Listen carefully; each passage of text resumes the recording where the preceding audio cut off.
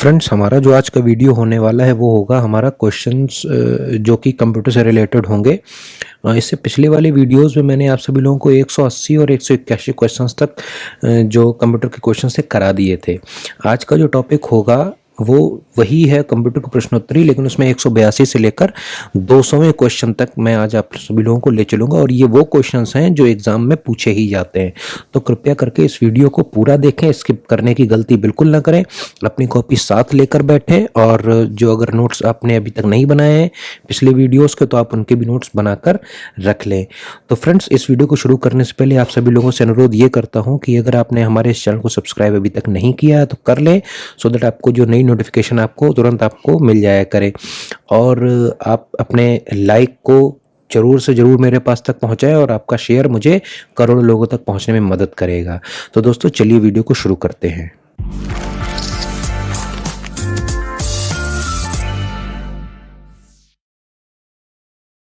Friends, जो 182वां question बोल रहा है वो कहता है कि निम्नलिखित में से कौन सा हार्डवेयर नहीं है। तो जब मैंने आपको हार्डवेयर पढ़ाया था तो उसमें मैंने बताया था हार्डवेयर कोई भी ऐसी डिवाइस होती है जिसको आप हाथ से छू सकते हैं, जिसको आप टच कर सकते हैं। तो देखिए, प्रोसेसर एक हार्डवेयर ही होता है जिसको आप हाथ से छू सकते हैं, टच कर सकते हैं। प्रिंटर को भी आप हाथ से छू सकते हैं, माउस को भी आप हाथ से छू सकते हैं। लेकिन जावा एक प्रोग्राम होता है, प्रोग्रामिंग लैंग्वेज होती है, तो जिसको आप, ये एक सॉफ्टवेयर है, तो इस सॉफ्टवेयर को आप हाथ से छू नहीं सकते हैं। इसलिए हमारा ये ऑप्शन करेक्ट हो जाएगा। ये हार्डवेयर ना होकर ये सॉफ्टवेयर में आता है, इसीलिए जावा एक सॉफ्टवेयर है, ना कि हार्डवेयर। अगला क्वेश्चन जो आता है, कंप्यूटर मेमोरी में रहता है डेटा। दोस्तों, इसके ऑप्शंस गिवन है, रजिस्टर्स, बिट्स, बाइट्स, प्रोग्राम। पूछा आपसे ये जा रहा है कि जो कंप्यूटर बिट्स में जो डेटा रहता है वो किस फॉर्म में रहता है। तो फ्रेंड्स, 183वां क्वेश्चन का जो ऑप्शन होगा वो होगा प्रोग्राम। ठीक है, तो जो डेटा होता है वो इन सभी के फॉर्म में नहीं रहता है। वो एक जो मेमोरी में डेटा प्रोग्राम के फॉर्म में, जो सेट ऑफ इंस्ट्रक्शंस होते हैं उनको प्रोग्राम बोलते हैं, और यही आपका डेटा होता है। ठीक है ना। फिर डेटा की स्टोरेज यूनिट्स होती हैं, ये इसको बाइट्स और बिट्स में हम लोग नापते हैं। रजिस्टर्स क्या होता है, हार्डवेयर डिवाइस होती है, हार्डवेयर चीज़ होती है जो कि कंप्यूटर के अंदर लगी रहती है। तो फ्रेंड्स, जो अगला होता है हमारे पास, जो अगला क्वेश्चन आ रहा है वो आएगा 184th क्वेश्चन। ये कह रहा है कि लोकल एरिया नेटवर्क में, अर्थात लैन में, निम्न में से किस मद का प्रयोग नहीं किया जाता है। अर्थात इनमें से कौन सी ऐसी चीज़ है जो लैन में काम ही नहीं आती है। तो 184 क्वेश्चन में जो आपसे ऑप्शन पूछा जाएगा, सीधे सीधे लैन में मॉडेम का कोई काम नहीं होता है। ठीक है, लैन आपका एक नॉर्मल सा इंटरकनेक्टिविटी डिवाइसेस होती है जिसको आप सिंपली अपने कंप्यूटर से दूसरे कंप्यूटर्स को कनेक्ट कर सकते हैं। तो मॉडेम का मतलब क्या होता है, वो टेलीफोन लाइन के थ्रू आपके घर पर इंटरनेट पहुंचाता है। तो लैन तो एक परमानेंटली इंटरनेट नहीं होता है। लैन जो इंटरनेट होता है वो होता है वाइड एरिया नेटवर्क। ठीक है, तो वहां पर मॉडेम का यूज होता है, ना कि लैन में। ठीक है, लैन मतलब आपके लोकल एरिया, आपके घर में, आपके बिल्डिंग में जो भी आप कंप्यूटर नेटवर्क क्रिएट कर रहे हैं उसके लिए आपको मॉडेम की जरूरत नहीं पड़ती है। अर्थात लैन में, LAN लैन में, लोकल एरिया नेटवर्क में मॉडेम की जरूरत नहीं पड़ती है और इसका प्रयोग नहीं किया जाता है। अगला क्वेश्चन निकल कर आ रहा है, कंप्यूटर के डेटा का CPU से परिधि यंत्र। परिधि यंत्र मैंने आपको बताया था, जो पेरिफेरल डिवाइसेस होते हैं, पेरिफेरल डिवाइस जो कंप्यूटर से कनेक्टेड जो अदर सारी डिवाइसेस होती हैं उनको परिधि यंत्र या पेरिफेरल डिवाइसेस बोलते हैं। तो कंप्यूटर के डेटा का CPU से परिधि यंत्रों को अंतरण अर्थात ट्रांसफर किसके माध्यम से किया जाता है। देखिए, जो CPU है, CPU से जो पेरिफेरल डिवाइसेस हैं उनमें ट्रांसफर हम किसके माध्यम से करते हैं। तो दोस्तों, जब भी हम कोई भी परिधि यंत्र CPU से कनेक्ट करते हैं तो वो किसके थ्रू कनेक्ट करते हैं, पोर्ट के थ्रू कनेक्ट करते हैं। ठीक है ना।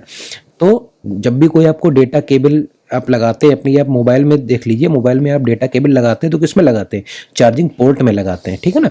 तो कंप्यूटर में भी डिफरेंट टाइप्स के पोर्ट्स होते हैं। एक HDMI का पोर्ट होता है, एक USB पोर्ट होता है और एक 3.5 mm जैक का पोर्ट होता है। तो डिफरेंट पोर्ट्स होते हैं। तो जब तक आप परिधि यंत्रों को उन पोर्ट से कनेक्ट नहीं करेंगे तब तक आप डेटा ट्रांसफर नहीं कर सकते हैं। तो सीधे सीधे किसके माध्यम से कंप्यूटर का जो डेटा का ट्रांसफर होता है, किसके माध्यम से होता है, कंप्यूटर पोर्ट के माध्यम से होता है। ठीक है, ना कि मॉडेम से, ना कि इंटरफेस से, ना कि बफर मेमोरी से, सीधे सीधे कंप्यूटर पोर्ट्स। और ये कंप्यूटर पोर्ट्स क्या होते हैं, एक तरह से एक हार्डवेयर को एक्सेस देते हैं अपने इंटरनल CPU से। फ्रेंड्स, जो अगला क्वेश्चन निकल कर आ रहा है वो होता है एक ही समय पर दोनों दिशाओं में अर्थात इनपुट और आउटपुट डेटा भेजने के लिए कौन सी डेटा संचार प्रणाली का उपयोग किया जाता है। इसका जो ऑप्शन दोस्तों आता है वो होगा फुल डुप्लेक्स। फुल डुप्लेक्स का मतलब होता है, डुप्लेक्स का देखिए मतलब होता है कि दोनों वे, जो डुअल वे होता है, यानी कि अगर गाड़ी एक तरफ से आ रही है दूसरी तरफ से आ रही है तो उसको हम लोग डुप्लेक्स बोलते हैं। और फुल डुप्लेक्स का मतलब पूरी की पूरी जो एक्सेस है वो हम आपको फुल डुप्लेक्स में देने का, वो जो डेटा है उससे ट्रांसफ़र होता रहता है, तो इसलिए हम लोग उसमें फुल डुप्लेक्स टेक्नोलॉजी का यूज़ करते हैं। तो फ्रेंड्स, अगला जो क्वेश्चन निकल कर आता है 187वां, आज उपलब्ध अधिकांश कंप्यूटर जो हैं किस पीढ़ी के कंप्यूटर होते हैं।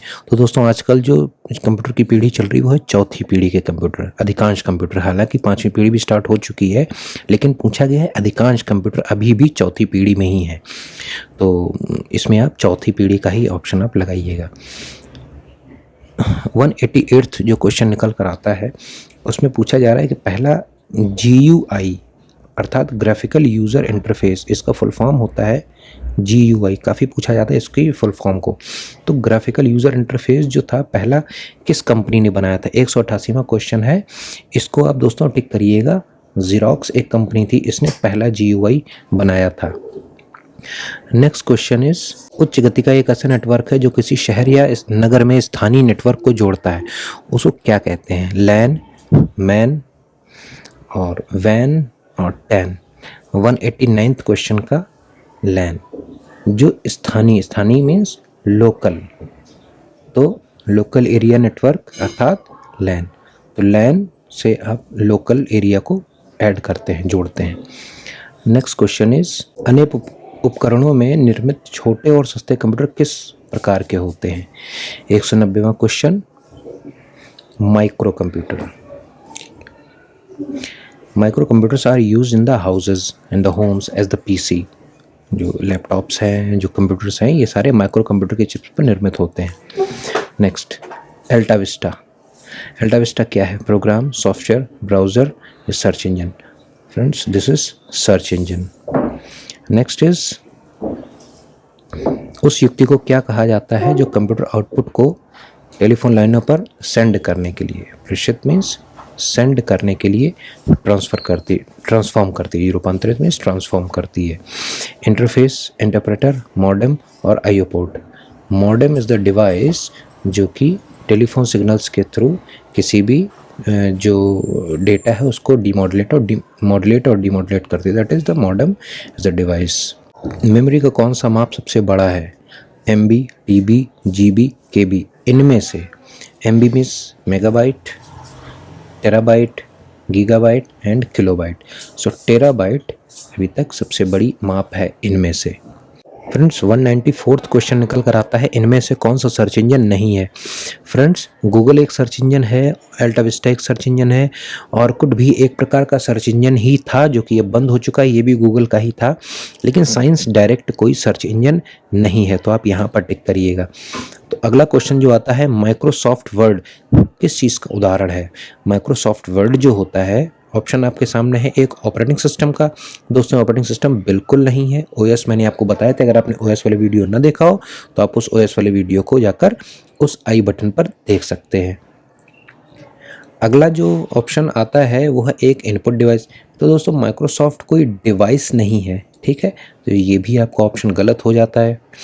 क्या ये एक प्रोसेसिंग डिवाइस है, तो मैंने ये आपसे कहा कि कोई डिवाइस नहीं, तो फिर किसी भी प्रकार की डिवाइस नहीं है। तो बचता है कौन सा, एप्लीकेशन सॉफ्टवेयर। एप्लीकेशन सॉफ्टवेयर ये करता क्या है, ये इससे आप किसी चीज़ में अप्लाई करते हैं। क्या चीज़ अप्लाई करते हैं, जैसे कि आपको कोई डॉक्यूमेंट बनाना है तो ऐसा सॉफ्टवेयर जिससे आप कोई काम करते हैं वो आपके लिए एप्लीकेशन सॉफ्टवेयर हो जाता है, जो आपके लिए काफ़ी ज़रूरी होता है। ओके, तो अगला जो क्वेश्चन आता है वो है कम्युनिकेशन जो नेटवर्क होता है, संचार नेटवर्क, जिसका प्रयोग बड़ी संस्थाओं द्वारा प्रादेशिक, राष्ट्रीय और वैश्विक क्षेत्र में किया जाता है, उसको क्या कहा जाता है। 197।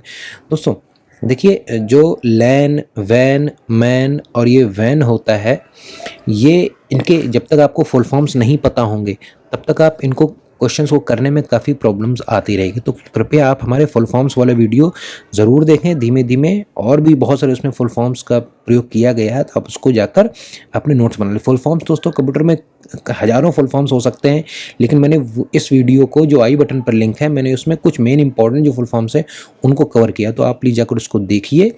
उसके बाद आपको क्वेश्चंस करने में ज़्यादा प्रॉब्लम्स नहीं आएंगी। तो जो 196 क्वेश्चन है जो बड़ी संस्थाओं द्वारा प्रादेशिक, राष्ट्रीय और वैश्विक क्षेत्र में जिसको किया था उसको बोलते हैं वाइड एरिया नेटवर्क, अर्थात वैन। तो वैन, लैन क्या होता है?